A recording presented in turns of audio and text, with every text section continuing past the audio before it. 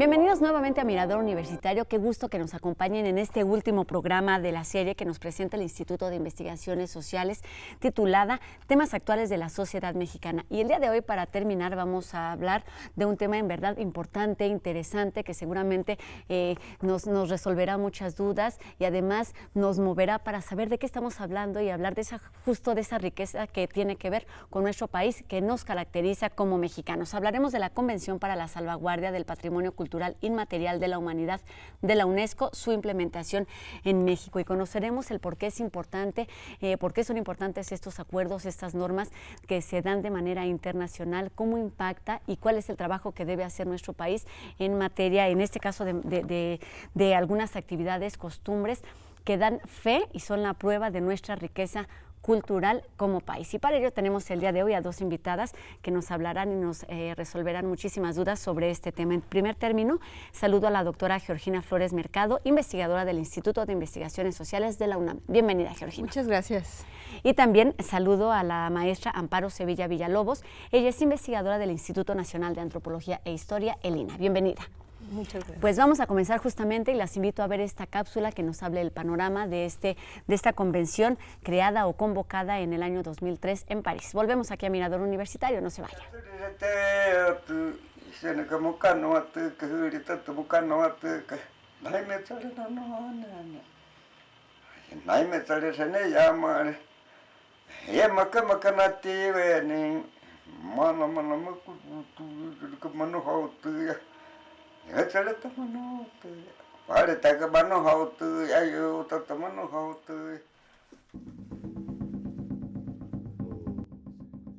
El 17 de octubre de 2003 fue adoptada la Convención Internacional para la Salvaguardia del Patrimonio Cultural Inmaterial por la Organización de las Naciones Unidas para la Educación, la Ciencia y la Cultura, UNESCO, cuyo objetivo es plantear medidas de salvaguarda de aquellas prácticas y manifestaciones culturales como las fiestas, la música, las danzas, la comida, etc., que cobran sentido y significado en la cosmovisión e identidades culturales.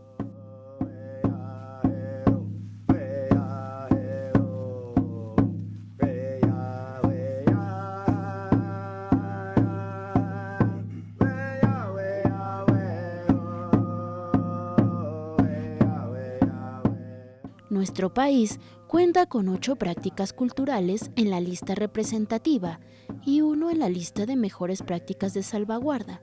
México es uno de los países del continente americano con más prácticas registradas en la lista representativa.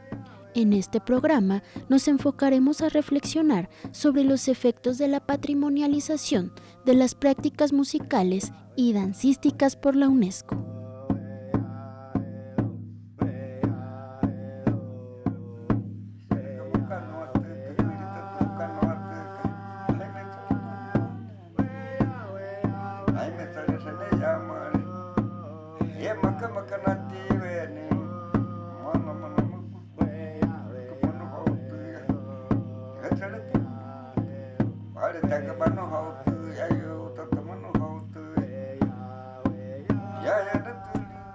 Enfoquémonos pues en estas prácticas dancísticas y musicales. Pero Georgina, justamente para ampliar este panorama, me gustaría que nos hablaras y que nos explicaras de manera general qué significa esta adopción de la Convención Internacional de la que estamos hablando y de la que hablaremos durante los siguientes minutos.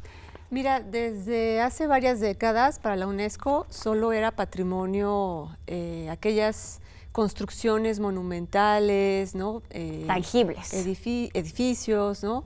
Obras maestras, se consideraban solamente patrimonio de la humanidad por la UNESCO. A eso se le denominó patrimonio material o tangible. Después de un largo proceso de discusiones en la misma UNESCO, se llega al acuerdo de que debe haber una expansión del término de patrimonio para integrar aquellas prácticas culturales que no son materializadas, ¿no? Y que se van a reproducir de generación en generación, y a ese tipo de prácticas culturales se les denomina patrimonio inmaterial o intangible, y es cómo se acuerda que debe haber también una convención que salvaguarde ese tipo de prácticas dado los procesos de globalización que hay en el mundo y que tienden a homogeneizar la diversidad cultural de todas las naciones, ¿no? Homogeneizar respetando estas diferencias, y creo que es importante resaltar que es justo a partir de esas diferencias y de las características particulares que cada uno de los países propone. Me gustaría que nos explicaran justamente cómo es esta operación en cuanto a la convención, es decir, quiénes participan y qué es lo que puede caber en este acuerdo internacional. Bueno, aquí esta convención fue adoptada por un número muy alto de países, de estados, que ratifican y dicen que sí están de acuerdo en que se debe de establecer una política cultural, tanto a nivel internacional como nacional, respecto a estas prácticas culturales donde están incluidas músicas, danzas, fiestas, etcétera. O sea, una larga lista de formas de entender el mundo que se reproducen en estas formas, en estas expresiones culturales, y que la convención atiende dos niveles, podemos decir, ¿no? A nivel nacional implica que los estados parte formulen políticas culturales, formulen marcos jurídicos, hay una creación de inventarios, que bueno, eso es un tanto delicado y que podemos discutir más adelante, ¿no? La creación de inventarios a nivel nacional, y que a nivel internacional, que es lo que más se conoce por la población en general, es la creación de 3 listas. Esas listas son la lista representativa, la lista que atiende las prácticas en riesgo y la lista de mejores prácticas de salvaguarda. México tiene 8 declaratorias en la lista representativa y 1 en la de mejores prácticas. En riesgo todavía no estamos incluidos. En riesgo no tenemos nada. Eso no sé si esté muy bien o esté muy mal, porque seguramente, como sabemos, digo, por mencionar algo, en cuestión de riqueza de lenguas, son cosas que se están perdiendo y que tendrían que estar ahí justamente en este apartado de patrimonio inmaterial de la humanidad. Amparo, ¿cómo se evalúa la implementación de esta convención? Tiene más de alrededor de 15 años funcionando. ¿Cuál es el papel o cuál es la experiencia que ha tenido México en esta adopción de reglas? Bueno, mira, como explicó la doctora Flores, se trata de varias acciones, de tratar de entender que la salvaguarda implica un conjunto de actividades, algunas de las cuales consideramos que no son muy propicias para lograr el cometido de salvaguardar una expresión viva. Okay. De esta diversidad de acciones se ha privilegiado, se ha atendido justamente la que menos puede garantizar la salvaguarda, que es la inscripción de expresiones culturales a la lista representativa. De estas 3 listas que ella menciona, que las otras 2 son las mejores prácticas y lo que está en riesgo, en peligro de desaparecer. Curiosamente, México apunta solamente a la representativa. ¿Esto qué quiere decir? ¿Qué es la lista representativa? Sí. Es una lista que ha sido muy cuestionada porque aparentemente es para representar la diversidad cultural que hay en el mundo. Pero la pregunta básica, fundamental, es por qué algunas expresiones representan la totalidad. O sea, ¿por qué el mariachi y no el son huasteco? ¿Por qué los voladores y no la danza de la pluma? ¿Por qué los pireris o la pirecua y no una infinidad de otras expresiones que hay en México? Porque México es de los países con mayor riqueza cultural que hay en el mundo. Entonces, la primera pregunta es, ¿a quién se le ocurrió pensar que hacer una lista representativa iba realmente a representar la enorme diversidad de expresiones que hay tanto a nivel mundial como nacional? Entonces, se dejan de lado además otras medidas que son fundamentales, por ejemplo, el fomento a la investigación científica, para que sea esta investigación la plataforma de las acciones de la política pública y la plataforma del conocimiento para dar a conocer también los contenidos profundos de las expresiones que se pretenden salvaguardar. Se hay mucho la tendencia de ver a la danza, la música como una expresión artística de divertimento, de, ay, sí, México tiene muchísimas danzas, pero poco se sabe que las danzas, además de ser una expresión artística, son formas de conocimiento de la naturaleza, de las fuerzas naturales y sobrenaturales, que son ceremonias rituales y que forman parte de un sistema de conocimientos de lo cual no tenemos idea los mexicanos. ¿Y cómo hacer para que todo y cada una de estas prácticas estén en su justo reconocimiento y estén en la lista indicada? Vamos a seguir conversando sobre este tema y retomando un poco lo que decías, vamos enseguida a una cápsula donde podremos conocer o reconocer, según sea el caso. Escucharemos sobre los Nocheros de Nurío, una comunidad purépecha de Michoacán.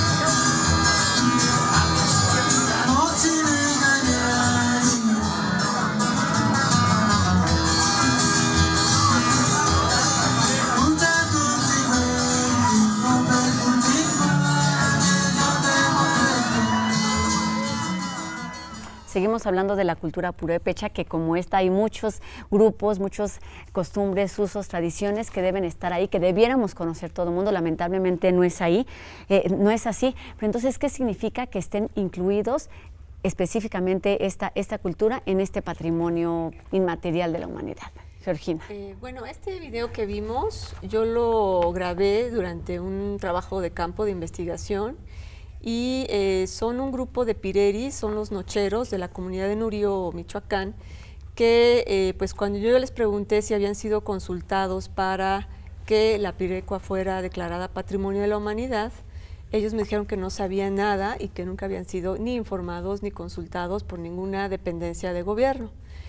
Y así podemos irnos de comunidad en comunidad y enterarnos de que realmente no hubo ninguna consulta, como lo establece la Constitución mexicana y como lo establece el Convenio 169 de la OIT, que dice que cualquier proyecto que se vaya a realizar en cualquier comunidad indígena o pueblo indígena en México deben pasar por un proceso de información y de consulta. En este caso, no fueron consultados ni las comunidades, las 110 comunidades purépecha, ni los pireris, que son quienes cantan, interpretan este canto tradicional, pues desde muchísimo tiempo atrás, ¿no? Y así podemos verlo en distintas declaratorias. No es la única donde no ha habido la consulta, ¿no?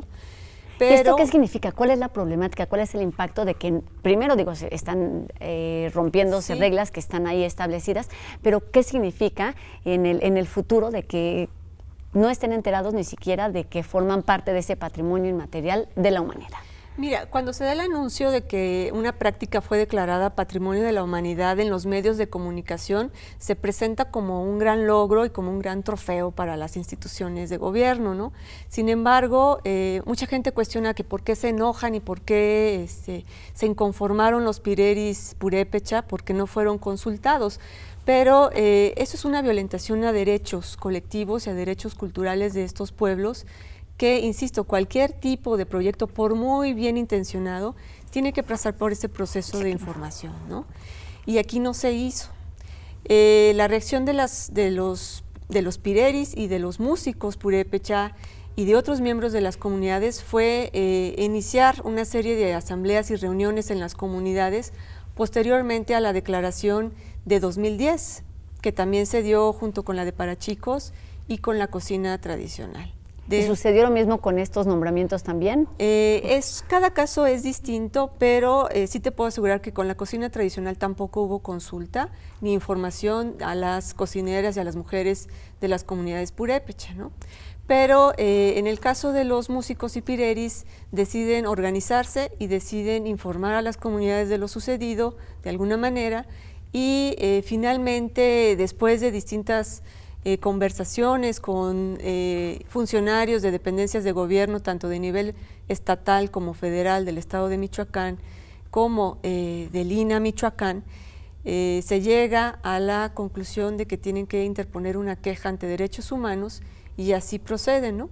Interponen su queja, y finalmente en una mesa de negociación con la CNDH, con la Comisión Nacional de Derechos Humanos, se acuerda que se debe de realizar la consulta y que el plan de salvaguarda que exige la UNESCO, que debe existir para poder implementar medidas de trabajo para que esa práctica se mantenga, se elabore de manera participativa, o sea, donde las comunidades sean prioritarias y tengan el primer rol en este trabajo de plan de salvaguarda. Lo que había sucedido es que la Secretaría de Turismo del Estado de Michoacán fue quien impulsó estas dos prácticas culturales, tanto la cocina tradicional como la pirecua, para que se nombraran Patrimonio Inmaterial de la Humanidad. Eso fue parte también del enojo y la inconformidad de los pireris y músicos, porque lo que ellos vieron en ese proceso fue que hoteleros, personas del mercado turístico y restauranteros iban a ser quienes se beneficiaran de esa declaratoria. ¿Por qué? Porque la declaratoria se convierte en una etiqueta que dice, esto es patrimonio de la humanidad, y tú puedes ya, turista de Europa o de Estados Unidos o de otros países donde hay recursos, visitar México con un itinerario que incluya justamente estas declaratorias, ¿no? Justamente por eso te preguntaba, porque no es solamente que se haya violado una regla que está ahí en un inicio, sino qué significa, es decir, formas parte de una lista que está ahí a la vista de muchísimos países que firmaron, que están de acuerdo, porque no solamente se trata de estar, sino que se les debe dar un seguimiento, y entonces cuáles son las implicaciones futuras, ventajas y en este caso desventajas de que estén ahí en esta lista. Sí, por desgracia, en los otros casos de expresiones que han sido declaradas Patrimonio de la Humanidad, ha pasado lo mismo en relación a la falta de una consulta. Cuando estamos hablando de una consulta, no es solamente la opinión de te parece bien, te parece mal, de quienes lo practican, sino es el consentimiento que se da a partir de una información libre y sobre todo bien informada de las consecuencias que puede generar una medida de esta naturaleza. Entonces, por desgracia, el país carece de atender no una regla cualquiera, sino un marco jurídico en el que se obliga a los gobiernos a cumplir tanto con un tratado internacional como decía la doctora Flores, con un artículo constitucional en donde no se puede hacer acciones de gobierno si no se tiene el consentimiento, que quiere decir la aprobación, a partir de una consulta libre e informada. En el caso de los parachicos de Chapa de Corzo, sí hubo mayor consenso de la población, porque es una población pequeña y eso facilitó mucho el difundir, pero en este proceso se generaron expectativas que no se han cumplido. O sea, el problema es que se presenta un panorama muy optimista y los resultados a la fecha no solamente no han generado la salvaguarda de estas expresiones, sino están atentando contra las propias expresiones al estar metidas en un mercado de carácter turístico que les ha generado muchos problemas. Pues vamos a seguir hablando sobre este tema y justo que nos estás hablando de estas cuestiones jurídicas, resulta importantísimo saber y conocer el contexto y vamos a conocer justamente en la siguiente cápsula el porqué o las razones de esa comunidad purépecha, los pideris. Volvemos aquí a Mirador Universitario.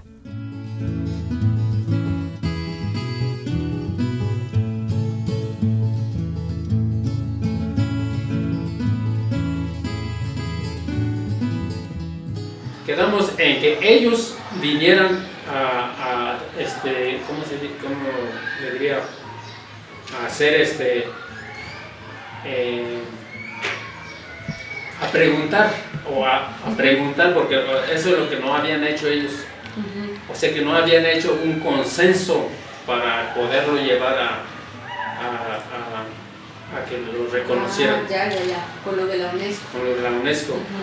Por eso nosotros, o sea, le pedíamos a que vinieran a hacer ese consenso en todas las comunidades, la consulta, para que pudieran anexar, o sea, ya anexar, allí en el reconocimiento, anexar ya la consulta que hicieron. Hasta allí quedó, allí quedó porque ellos nunca han venido a hacer esa consulta. En eso quedamos. Ellos se comprometieron en que iban a venir a hacer la consulta y es hasta ahorita que nunca han venido. Nunca han venido. Aquí la investigadora tiene eso ya de la UNESCO, a un trabajo que ella se está enfocando, aunque nosotros no sabíamos de nuestra parte, nosotros ni sabíamos que estaba el tratado de que firmaron 5 de quién, de los tumbís, de los herandes, del Purembe, de los de Charapa, son 5 que dicen. ¿Y dónde quedamos? El gobierno nunca se molestó, una dependencia de vamos a las comunidades a decir que hay esto. Más bien los que se aprovecharon son esos grupos. Por eso digo, no sabemos mucho menos ya los paisanos aquí van a decir, voy a Morelia a saber cómo están. Tienen su necesidad, todos tienen su necesidad. Por desvincularlo de la comunidad se ha deteriorado y se ha puesto en riesgo. Y se ha puesto en riesgo que ahorita se ha globalizado con el nombramiento de la Pirigua como patrimonio de la humanidad, ¿no? Bueno, digamos, eso pues dice la UNESCO, pero no todos decimos lo mismo. Yo no digo lo mismo. Aquí en Tarima hemos tenido mucho debate al respecto. Hemos investigado, hemos propuesto otras cosas. Por ejemplo, a mí no me interesa ir a concursar ya, realmente. Yo a lo mejor hace 3 años participé porque pues por los amigos, ¿no? Porque luego ellos también fueron a concursar en otras cosas y me animaron y me animé, pues. No gané nada, digamos, un premio. Pero luego estuve reflexionando al respecto y caí en la cuenta de que pues no era así. No es como se fortalece o como se protege o se garantiza que la Pirigua va a sobrevivir. Más al contrario, me parece que se pone en riesgo. No le interesa la cultura, lo que le interesa es la venta. Así es. En Janitzio estuvo hace unos días un artista y hicieron la ofrenda, según la representación de la ofrenda y todo eso. Bueno, pero nada de lo que pusieron ahí tiene sentido, ¿sí? Entonces, por eso le digo que a la Secretaría de Cultura, Turismo, al gobierno no le interesa la cultura, lo que le interesa es vender. Aunque de por medio esté, que nos estén dando para abajo a todos.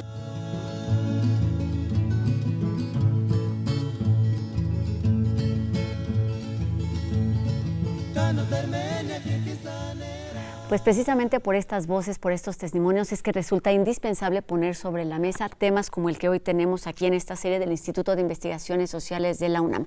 La Convención para la Salvaguardia del Patrimonio Cultural Inmaterial de la Humanidad de la UNESCO, su implementación en México, porque aunque se anuncia con bombo y un platillo, hay voces que no siempre son positivas y que no siempre son escuchadas, y entonces pues también queremos escuchar sus opiniones, sus comentarios, y para ello ponemos a su disposición distintas líneas de comunicación que aparecen en su pantalla, números telefónicos, redes sociales y también nuestra página en internet. Queremos escucharlo y también si tiene alguna pregunta que hacerle a nuestras invitadas del día de hoy, hágalo porque puede llevarse algunos de los obsequios que tenemos aquí sobre la mesa, seguramente libros, reflexiones importantes sobre la cultura que resulta indispensable conocer, no solamente para conocer y no solamente para disfrutar. Vamos a una pausa y volvemos aquí con más a Mirador Universitario. No se vayan.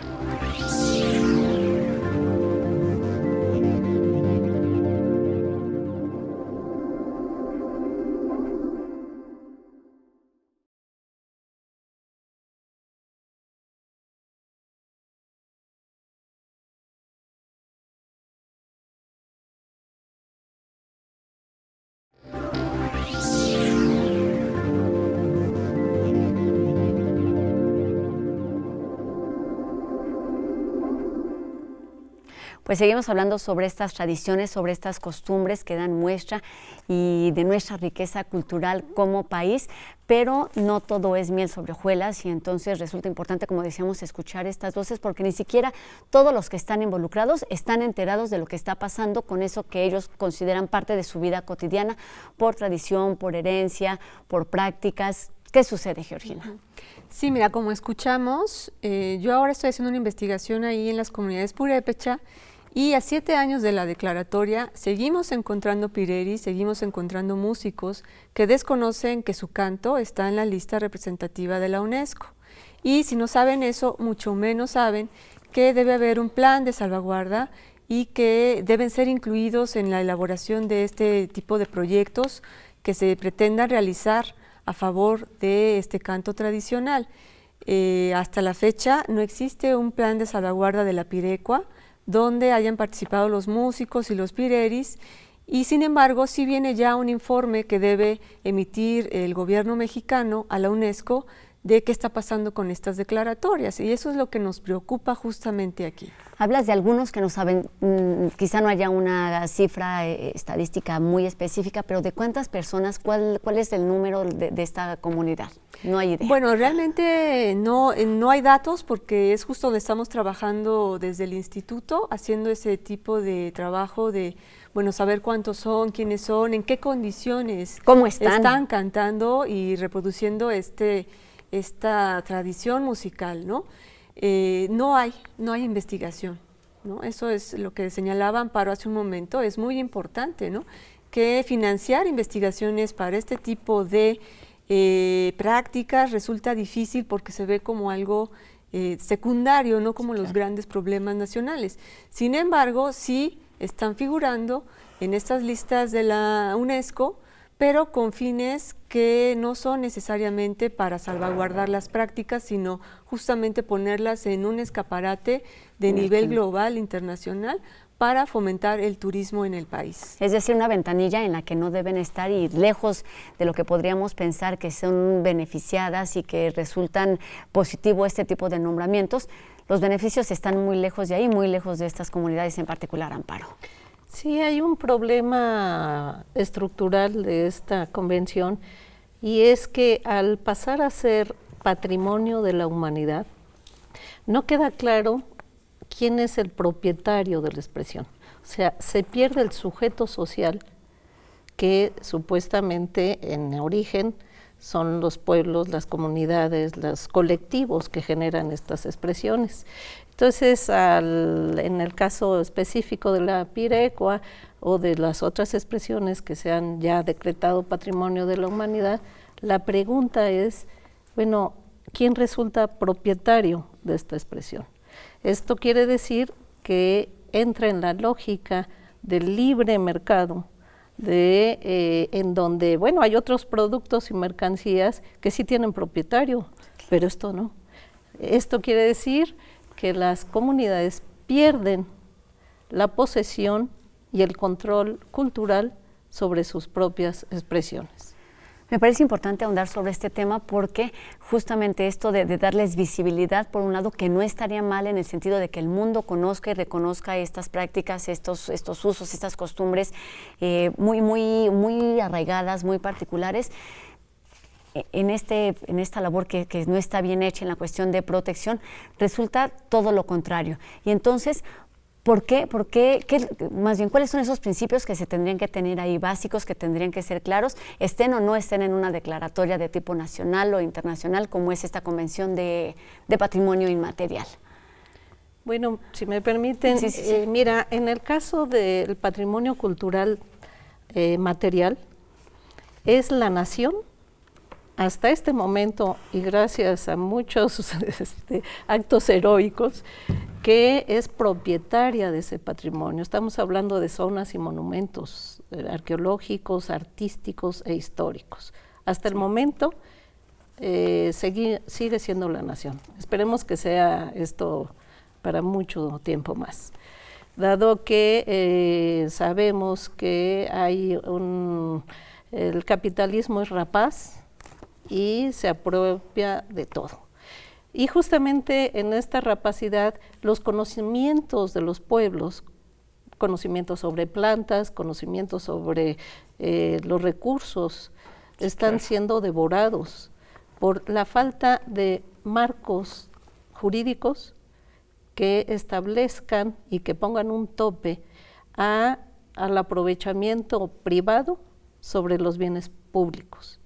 En el caso del patrimonio cultural inmaterial, no es la nación mexicana la propietaria ni poseedora de estos saberes, son las comunidades. Y al no haber el marco jurídico que establezca, los establezca como sujetos de derecho y sujetos propietarios de sus culturas, siempre se estará dando la puerta abierta a la apropiación de estos bienes por parte de los sectores que tienen mayor poder político y económico. Se ponen ahí en una ventana donde están en un estado vulnerable y absolutamente vulnerable. Totalmente. Pues justamente para seguir con este tema es importante que veamos la siguiente cápsula donde hablaremos o conoceremos del Consejo para la Protección y Preservación de la Ceremonia Ritual de Voladores AC. Volvemos aquí a Mirador Universitario.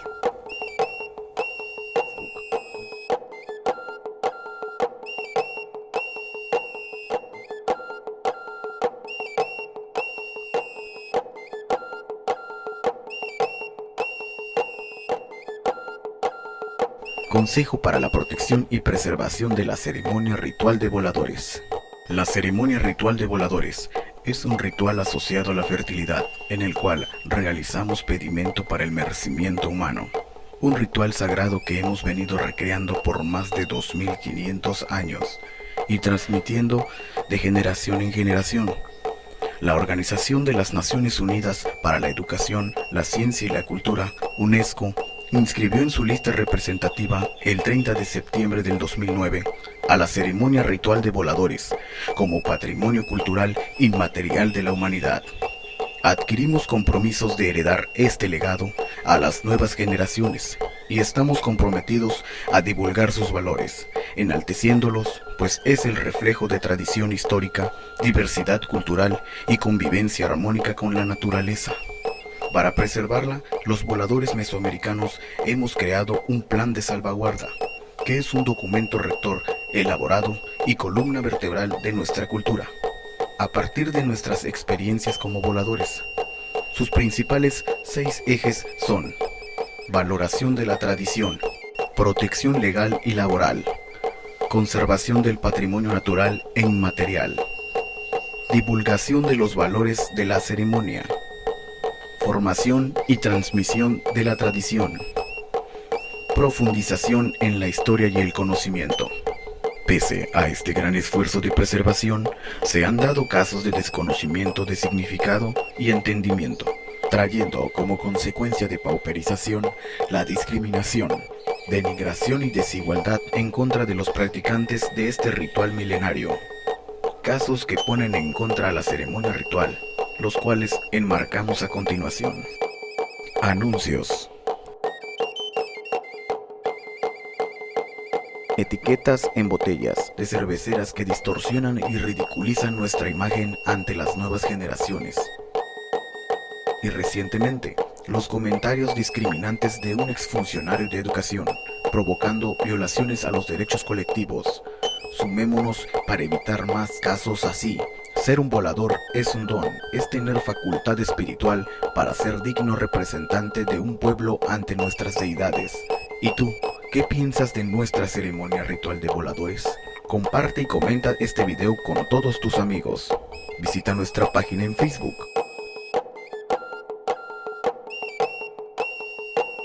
Consejo para la protección y preservación de la ceremonia ritual de voladores.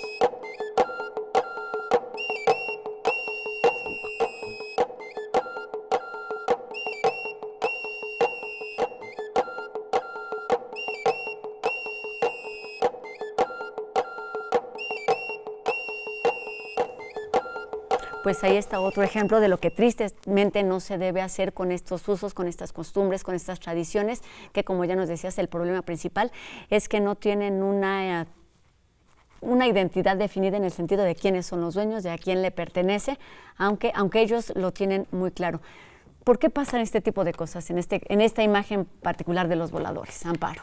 Justamente por la carencia de un marco jurídico que establezca sanciones y obligaciones. Y protección de entrada. Protección real, no declarativa, sino real a las expresiones. Creo que en este video se ejemplifica con mucha claridad cómo una empresa que ahora es transnacional, además hemos perdido todas nuestras industrias nacionales y la cerveza ya pasó a ser de una transnacional, se ven en una condición de absoluta vulnerabilidad ante una demanda fundamental. Los voladores exigen que su imagen no sea explotada por una empresa que además en ningún momento les preguntó. Se abrió aquí un proceso que nos hace justamente pensar a todos los mexicanos que estas expresiones, más que ser un divertimento, ahora van a ser sobreexplotadas por las grandes transnacionales, que es lo que está pasando con el territorio de los pueblos indígenas. O sea, son las mineras, son sobre todo mineras, pero también muchas otras industrias, los gasoductos, etcétera, que están apropiándose de los territorios de los pueblos indígenas y también ahora de sus expresiones rituales. Y no darles su justo lugar, porque tampoco creo que esté mal que esas imágenes representativas estén en otro lado, siempre y cuando se haga de manera legal, de manera respetuosa con lo que están haciendo, y no sacarlos nunca de esa ventanilla que son parte de las costumbres, de la riqueza cultural de nuestro país. Y entonces, a manera de conclusión, después de todas estas irregularidades que se han suscitado con la declaratoria, son alrededor de 15 años que se han estado trabajando a nivel internacional distintas prácticas, hablábamos específicamente de cuestiones musicales y dancísticas. ¿De qué sirven estas declaratorias, estas convenciones, y por qué México sigue ahí, digamos, involucrado en estos acuerdos internacionales? Mira, bueno, sí resulta preocupante el uso que se le está dando a la convención, tanto por el Estado mexicano, que ahora presenta al turismo como la gran forma de salir de la pobreza y de generar grandes ingresos al país. O sea, sistemáticamente estamos oyendo que circulan millones y millones de dólares y euros a través del turismo en nuestro país, y realmente un incremento de la visita de turistas que vienen de de países que tienen el poder económico de venir al país. Sin embargo, sabemos que como lógica capitalista, esos recursos, ese dinero, no se distribuye de manera equitativa nunca jamás, ¿no? No llegan a quien de manera oficial o publicitaria están se va a quedar llamando en ciertas manos, ¿verdad? Y que tampoco las comunidades, como vemos aquí con el caso Voladores, de los propios Pireris, quieren que se turistifique su práctica, su vida, su cosmovisión del mundo. No quieren eso. Y, sin embargo, paradójicamente, el uso de la Convención de 2003 se le está dando esa orientación porque estamos en un estado neoliberal que le va a dar ese enfoque a cualquier política cultural, en este caso, de poner a la venta el patrimonio cultural, sea material o sea inmaterial. Y eso se reproduce a nivel de los estados, también con sus particularidades, ¿no? Cada gobernador también le va a imprimir su sello a cómo usa esta convención y cómo usa la categoría de patrimonio, pero básicamente encontramos el mismo denominador, que es ponerlo a la venta hacia el turismo. Eso es justo lo que no se debe hacer. Y a manera de conclusión, Amparo, me gustaría que nos hablara sobre este tema, porque resulta indispensable que se está hablando de responsabilidades a distintos niveles. En este caso, el local, el federal, pero también son instancias internacionales. Y entonces, ¿a quién acudir? Ya nos decías una recomendación, una necesidad, las políticas públicas necesarias de protección que quiten del estado de vulnerabilidad en que se encuentran estos usos y costumbres. Pero ¿qué hacer? Es decir, si estas políticas públicas no están funcionando, si esas convenciones internacionales no están funcionando, entonces, ¿cómo hacer quizá para apoyar a estos pequeños grupos y darles autoridad y darles armas y poderes para ellos estar protegidos? Sí, mira, en síntesis, la Convención para la Salvaguarda tiene algunos elementos que deberían de ser rescatables, algunos, no todos, y es el espíritu de la protección de la diversidad cultural. En ese sentido, tendríamos que todos los comprometidos con estos procesos garantizar que en efecto se salvaguarden de procesos de globalización y de homogenización cultural las expresiones que tenemos en México. Ello implica políticas públicas muy claras, muy decididas, voluntad política y el que se deje de usar como botín político y comercial. En relación al marco jurídico, por desgracia, perdimos una enorme oportunidad que teníamos con la Ley de Cultura de que se hubiera legislado sobre derechos colectivos. Es una figura que sigue sin aparecer en nuestros marcos legislativos y que es urgente, porque el etnocidio que se está dando en este país es quizá más grave que el que se dio en la conquista. Pues mucha tarea la que se tiene que hacer, como decíamos, a distintos niveles, y en este caso, hablando de esta convención, pues la Organización de las Naciones Unidas para la Educación, la Ciencia y la Cultura, que tiene como alguno de sus objetivos principales plantear medidas de salvaguardia y entonces lograr los mecanismos, las normas que permitan que esto se lleve a cabo y proteger, dar protección a quien así lo necesita y a quien de alguna manera directa o indirecta, sin preguntárselo siquiera, están ahí incluidos en una lista en la que no saben para dónde van y cuál es el uso que se le va a dar, porque lejos de obtener beneficios, pues resultan directamente afectados. Pues muchísimas gracias por haber estado con nosotros, por hablarnos de estos temas que resultan complicados y de los que justamente no siempre se habla, porque se habla del patrimonio y de esta salvaguardia para tomarse la foto, que no necesariamente es lo más importante. Pues me despido de Georgina Flores Mercado, investigadora del Instituto de Investigaciones Sociales de la UNAM. Muchísimas gracias y bienvenida gracias por haber estado con nosotros en Mirador. Y también a la maestra Amparo Sevilla Villalobos del Instituto Nacional de Antropología e Historia. Muchísimas gracias por haber estado con nosotros. Muy amable. Y pues con esto cerramos esta serie del Instituto de Investigaciones Sociales de la UNAM, temas actuales de la sociedad mexicana. Y con esto terminamos también nuestro tema de hoy, la Convención para la Salvaguardia del Patrimonio Cultural Inmaterial de la Humanidad de la UNESCO, su implementación en México. Los dejamos con este video y nos vemos aquí la próxima. Adiós.